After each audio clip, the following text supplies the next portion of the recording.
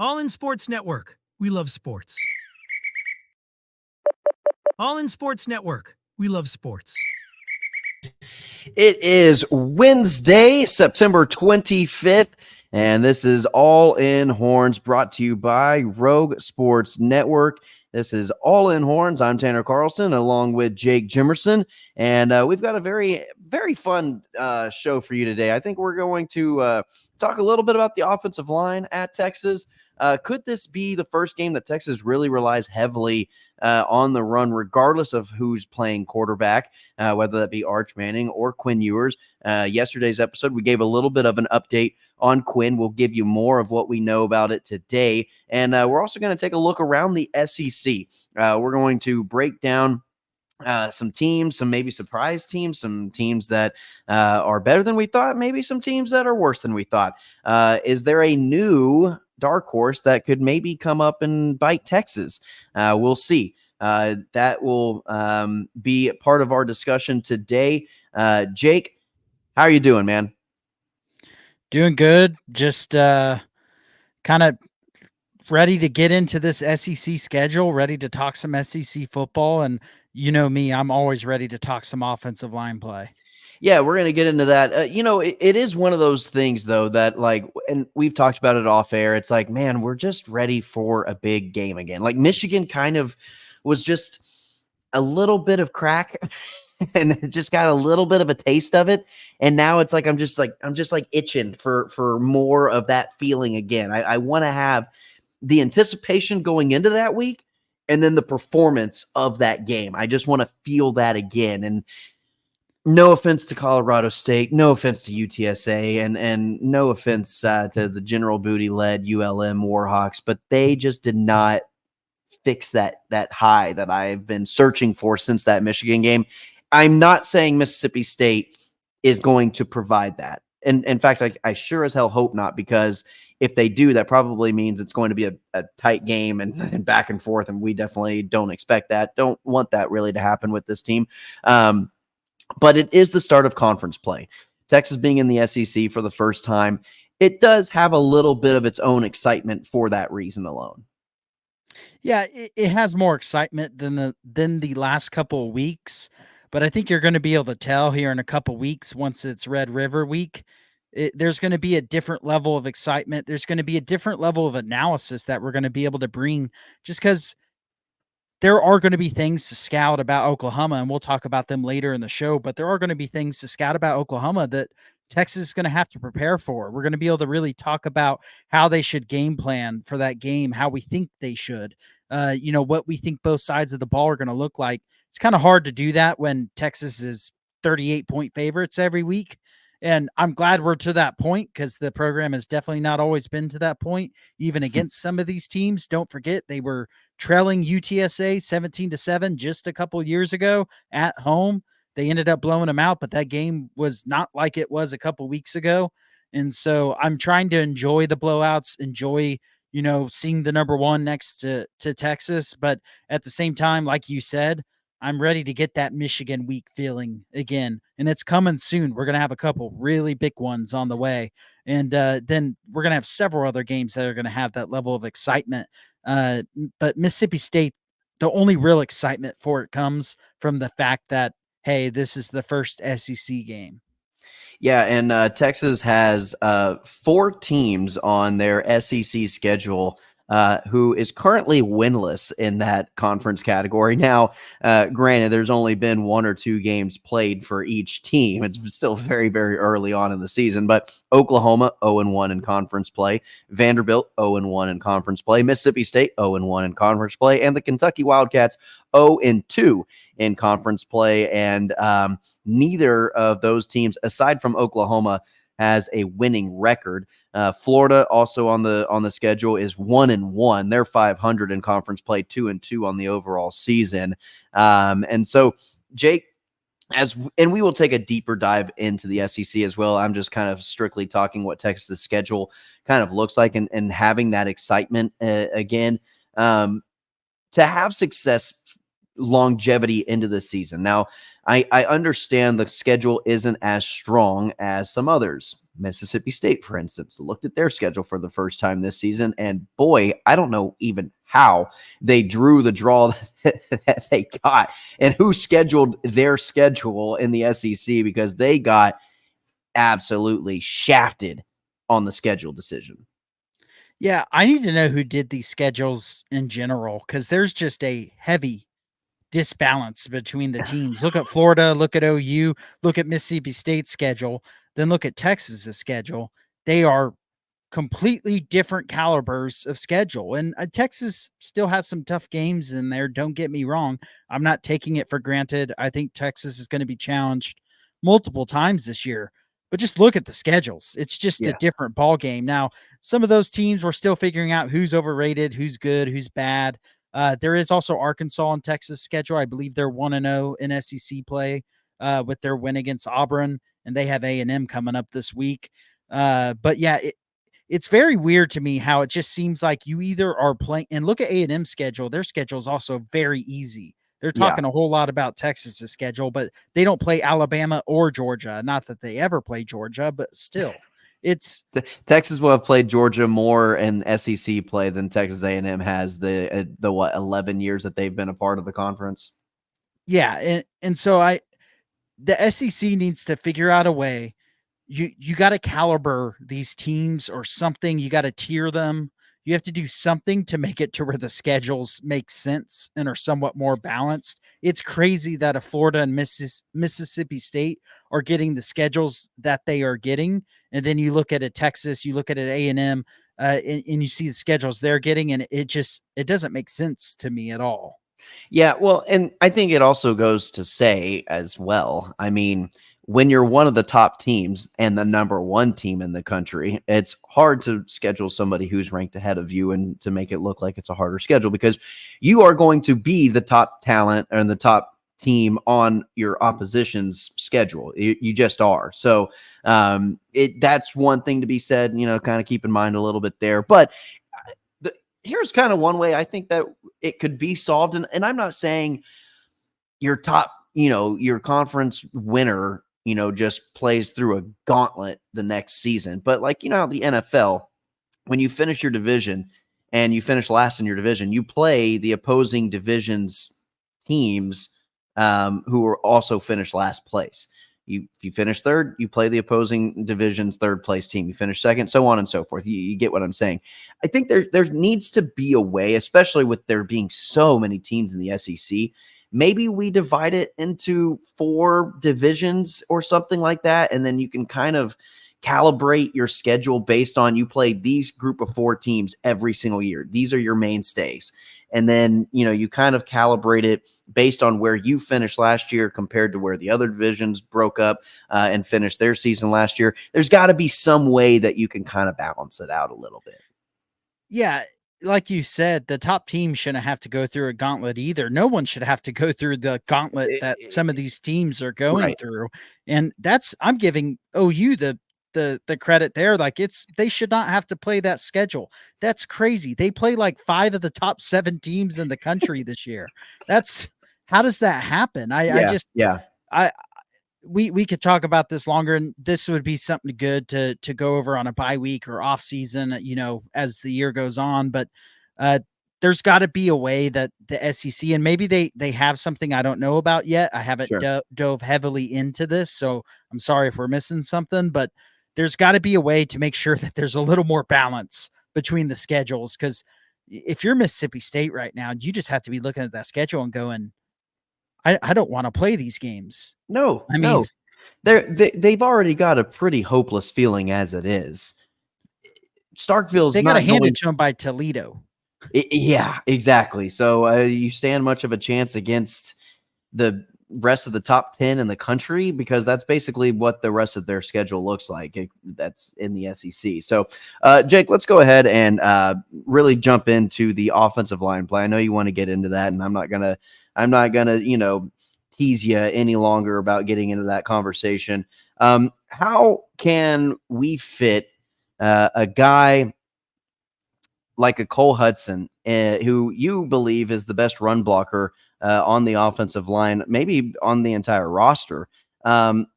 how do we fit him into a lineup, and what's the situation sitting at now? Because you got maybe 6, even 7 guys that could constantly get good minutes on that offensive line. Yeah, I mean, go back and watch some of these games where the entire second offensive line is getting in. The second offensive line is better than Texas's starting offensive line was 4 years ago, and it's not close. It's crazy, and it's a good problem to have. But man, when I watch Cole Hudson play, and I go back and I watch the tape, and I look at him on the field, he is just an absolute mauler, and he's not a liability in pass pro. Which, by the way, I think this offensive line is the best at pass pro of any Texas offensive line I've seen in my lifetime. I mean, they do not allow guys to get to the quarterback. Look at what Michigan was doing to USC. And then look at that Texas game. There was hardly ever pressure. And some of that was, having the quick passing game, doing things like that. But, when you have tackles like Cam Williams and Kelvin Banks, you're just kind of, it's an embarrassment of riches at the offensive line. And I know a lot of fans, and I included, have been kind of hard on Hayden Connor, but I look at him and I'm like, maybe Cole Hudson could come in for him, but Hayden Connor's having a really good year. Yeah. He's improved in run blocking. He's still not near the run blocker that Cole Hudson is, but he is one of the best pass protection offensive linemen on the team. He communicates really well. I know they rave about his football IQ, but to me, it's, can you rotate in Hudson, at right or left guard, some possessions, to give Connor or Campbell a break. If one of them are having a rough game, I'd be quick on the trigger. But that's going to be something I'm watching as the year goes on. Because also, you want to, even though Hudson is a guaranteed starter next year, you got to make sure internally he's happy, because he's not a guy I want to see leave the program, because he's a guy who I think has that. He's going to be an NFL draft pick. He Yeah. has that, I would say, all-American caliber potential.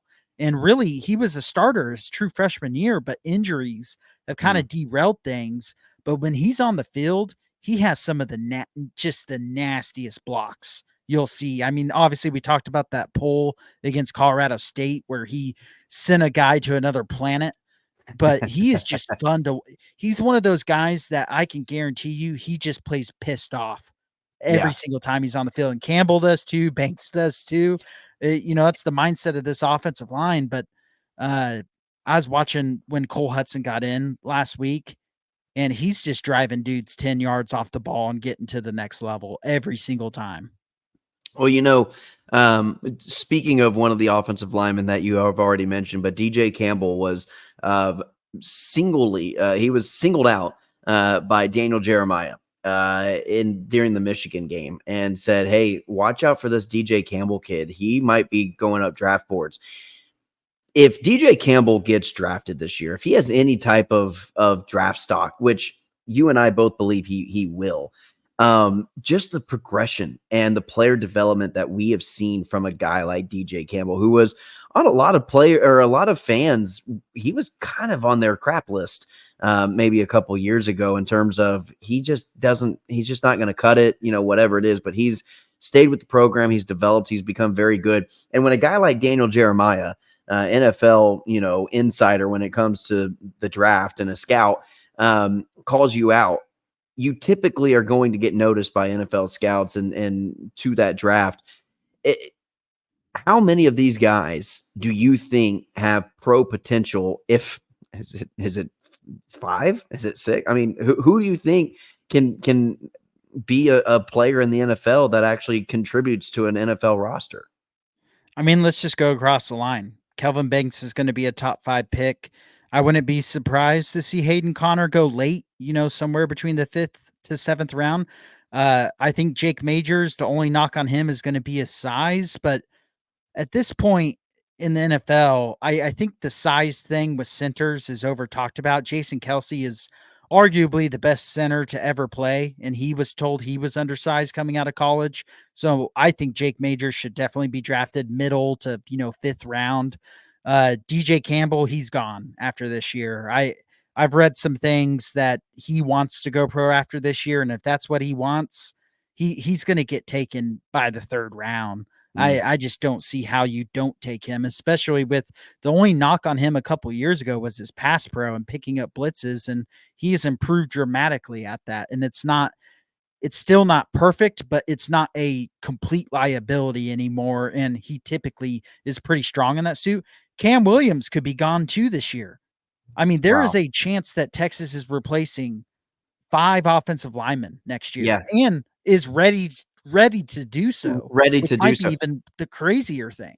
Now, let's talk on the flip side. Say, I don't know if that can't be worst case scenario. We'll call it worst case scenario that you get 5 of your offensive linemen drafted because that's only going to help recruiting. You're only going to get transfers that come in. You're going to get players that want to play for Coach Flood and this offense and say, oh, look, you got 5 guys drafted in 1 year. Yeah, I want to go play there. So worst case scenario, who steps in next year to protect Arch? Obviously, there's guys that you really like. You like a NATO and Cole Hudson. Obviously, that might be 2 slots that you've already got kind of solidified. You've got some recruits coming in, and so what does that offensive line look like? It may not be the most experienced, but is the talent there? Oh, I mean, the talent is absolutely there. Gooseby is ready to go as a left tackle to start this year. He's just unfortunately got Kelvin Banks in front of him. That Good ain't luck with happening. that. Yeah, yeah. And so Gooseby's ready to go at left tackle. You got NATO who will step in at left guard. I have been very excited. I know that NATO was pushing Hayden Connor for that job, but it's hard to push out a guy who has the experience that Hayden Connor has, especially in a year where your goals are the national title. Mhm. Center's going to be the position to watch because you have a Daniel Cruz who's a true freshman this year and is developing. I know they're very high on him, but is he going to be ready to be a starting center next year? Cole Hudson can play center. He's a guy that they could look at center and then, see what else is there at guard. And then right tackle, if Cam Williams is gone, guess what? You got 5-star Brandon Baker ready to go. He'll be starting at right tackle next year if Cam Williams is gone. It's really crazy to think about because when Sarkisian took over the roster, he was like, why do I only have 8 offensive linemen on Ugh. scholarships and Mm. like 15 wide receivers? Yeah. Who constructed this roster? And he was nicer than that, but he made it very apparent that the roster was not constructed in a very intelligent way whatsoever. And Mm. I know you remember some of my rants because I played offensive line. I love watching offensive line play. Well, And not only that, but the offensive line looked like 5 tight ends lining up. I mean, they were so undersized and small, and you were not prepared for the SEC. Speaking of being prepared for the SEC, Jake, the O-line needs to dominate this game to kind of show the SEC that Texas is here to be dominant up front. Very similar to kind of how they showed Michigan. That same kind of mental fortitude. What do you want to see out of the offensive line against Mississippi State? I want to see the run game progress from last week. I thought the run game did pick up in the second half. I thought it looked good overall last week.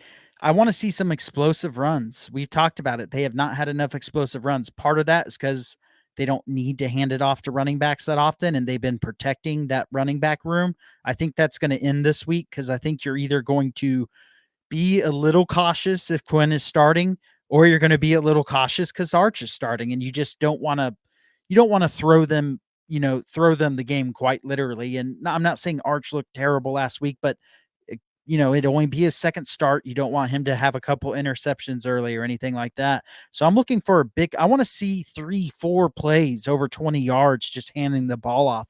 Now, part of that is on the running backs. Because as much as I've talked about how I love Gibson runs the ball, he is a bull in a china shop. He does not does not have the field vision yet. No, he just puts his head down. Hence, one of the coolest nicknames in all of college football, Baby Rhino. But Baby makes a lot of sense, has no spatial or field awareness as to where he's going, so he just puts his head down. And then Rhino, he just puts his head down and he tries to hit a MFer in the face, in the words of Marshawn Lynch. Yeah, and Gibson hit one thing on Gibson real quick. He is a liability in pass pro. If he's in the game, I just wouldn't even bother putting him in pass pro. Send him on a route. He's got to get better because he's physical enough to do it. Maybe that's a lack of his playing time against UL Monroe. Yeah, I think because look at Jaden Blue. He had several really good pass pro pickups. And that's something when you have a first time starter, that's something that you're going to be a little more aware of as a coach. And so I think that's one of the many reasons why Blue was kind of the workhorse in that game, which I don't think either of us saw coming. And so I'm going to be curious to see what the distribution looks like at the running back position. Is Wisner back this week? I haven't seen any updates yet.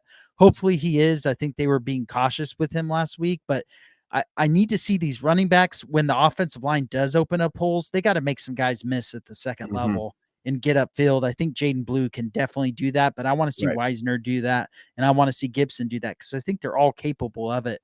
And it's time to get rid of that stat that we saw last week about Texas running backs and being I think it was 110th in the nation on longest Yeah. run by a running back. Yeah, yeah. And Jake, do you think that this game in particular is the game that they kind of display that dominance against a Mississippi State of, all right, look, we're SEC bred, we're SEC ready, and we're going to play some SEC football, and we're going to run it down your throat, and we're going to establish ourselves as a physical presence, regardless of if Quinn is playing or if Arch is playing? Yeah, I think this is an offensive line game. That's my prediction for who I'm going to say is the player of the game on Saturday. I'm just going to say it now, is going to be the offensive line unit. That's Okay. that's what I'm hoping to say Saturday after the game. Because it should be the expectation for this group. They have the experience, and to be fair, they have been, I would say, probably the best offensive line in college football to this point. Look at what they did against Michigan. Look at what Michigan just did against a good Hmm. USC team. Their defensive front is the reason they won that football game. And then on the flip side, their explosive run plays were the reason they won that football game against a improved USC defense. But it was nice to see Michigan play a good game because it kind Yeah. of confirmed my beliefs in this Texas offensive line and the fact that the defense, when they key in on it, they can shut down a very good running team. All right, Jake, let's go ahead and finish the show off. We've got about 8 minutes left. Let's take a look around the SEC as Texas now jumps into SEC play for the first time in its program's history. Currently sitting atop the conference are your Missouris, your Tennessees, your Georgias. Jake, where do you see this conference as it stands right now? Who are some of the standouts? Who are some teams that we thought were going to be good that have kind of been letdowns? And who are some teams that we thought were probably going to be towards the bottom of the list, but have looked much more improved going into the season? As far as the team that's improved, I think Arkansas looks pretty good. They lost that game to Oklahoma State, but I mean, we talked about that game. They dominated that Mm, football game. yeah. The fact they lost that was impressive, in my opinion. Yeah. Because they had like 700 yards of offense to Oklahoma State's 300. It was crazy. I truly have no idea how they lost the game, but they're a team who they're going to get better every single week. I think they've been improving. They won against Auburn 24-14 on the road. Auburn is, even when they're not good, it's not always the easiest place to play at. So that was a good win for Arkansas. That's going to be a game that I think is going to have that exciting feeling going into it when the Texas travels to Fayetteville for that game. And then to me, I think LSU is the most overrated team in the country. Oh, I wow. do not get the number 14 ranking. They are probably a top 25 team, maybe. I do not think LSU is very good this year. They should have lost that South Carolina game. They lost to USC, and then they didn't look good the majority of the game against Nichols, and then they were not looking good against UCLA. I know they pulled away in the second half, but at the very least, LSU might be the worst first half football team in the entire country, and I think it's going to catch up to them when they start playing some better teams. So Well, that would be my most overrated. let's look at South Alabama just for a smidge. I mean, that team has put up some numbers offensively. If that South Alabama team can at least put some points on LSU and put a little bit of pressure on them, I mean, I'm not saying they upset them, but do you think that South Alabama could even make it a game against LSU? I wouldn't be surprised if it's a game at halftime. LSU has not Yeah. shown the ability to play a first half yet. Yeah, I think LSU pulls away and wins that game handily, but I'm just saying South Alabama has some firepower. I mean, they put up like 80 points in a game earlier this season. Like they're not inept by any means. UCLA is inept, and they were putting up some points in the first half. So Yeah. until LSU proves otherwise, and LSU fans are crazy, y'all might come after me, but if you have eyes and you have an education, which is questionable for LSU, you can see that that football team is not playing to the standard that they expect, and Brian Kelly and his family need to figure it out. Do you think here I'm going to throw something out at you, and I want to see if you agree with me or not. I think Missouri might end the season unranked and as one of the more overrated teams. They might. I'm not saying they're going to have a Colorado-like fall from last year's Colorado team. I just don't think this Missouri team is quite ready. The last 2 weeks, they've had very close scares. They could be as close to 2-2 as they are 4-0 right now, with close wins over Boston College and Vanderbilt. Their first 4 games were at home. They go on the road for the first time this season at Kyle Field at Texas A&M this week. I think they're going to be in quite a dogfight, and I quite frankly, Jake, I wouldn't be really all that surprised if A&M ends up winning that game. Vanderbilt is a much improved team. I'm not taking anything away from Vanderbilt because they are a fun team. They've got some talent, but Missouri doesn't necessarily seem like they've got an all-around team that they play complementary at the same time. If their defense is making stops, their offense is stalling. If their offense is putting points on the board, their defense is allowing points. I'm going to go ahead and go out on a limb that Missouri doesn't even finish the season ranked this year. I think Missouri's schedule kind of helps them out a little bit. You know, they go to A&M, they have Oklahoma at home, and then they play Alabama, and the rest of their schedule is all very winnable games. I think they could easily lose to South Carolina on the road. I think they could lose to Arkansas to finish the season out. Oklahoma, Alabama, Texas A&M are the only ranked teams on their schedule. But and then you got an Auburn who can play ugly. If Auburn gets the opposing team that they're playing against to play ugly with them, they could win. If that game was at Auburn, maybe I Yeah. don't think they'll have any issues with Auburn, but I would like to revisit the Missouri talk after that A&M game, because I think that's when we'll have a better idea. If they go on the road to A&M and they win that game and they win it handedly, I'll be back on the Missouri hype train. But right now, I'm not to the point where I think they're an unranked level team, but I do think their offense does not look right.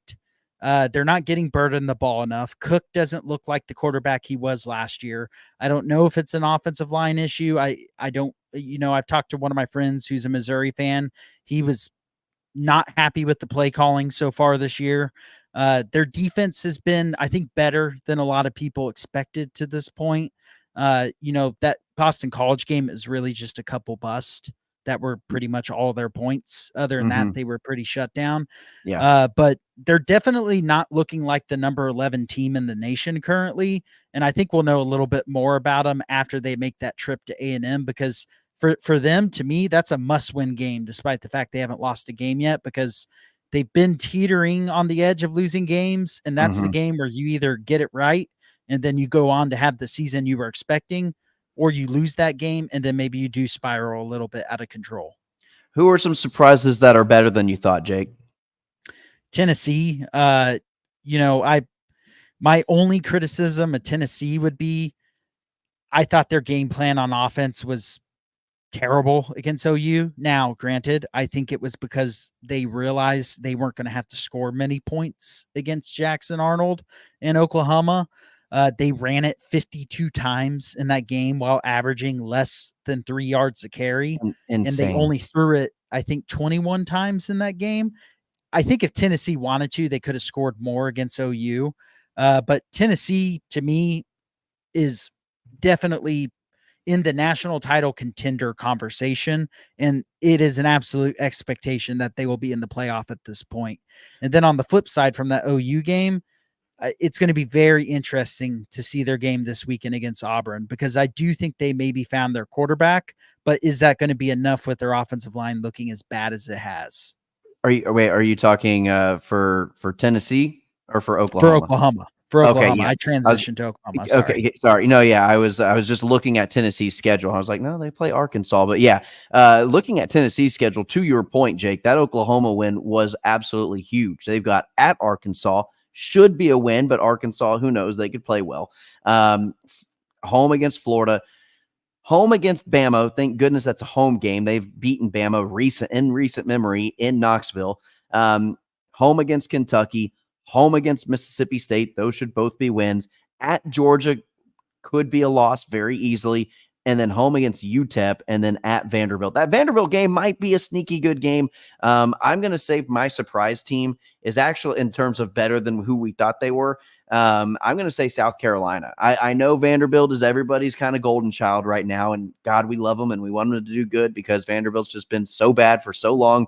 We're all rooting for you, Vandy. Don't get me wrong here. If any Vandy fans out there, I'm rooting for you, just not against Texas.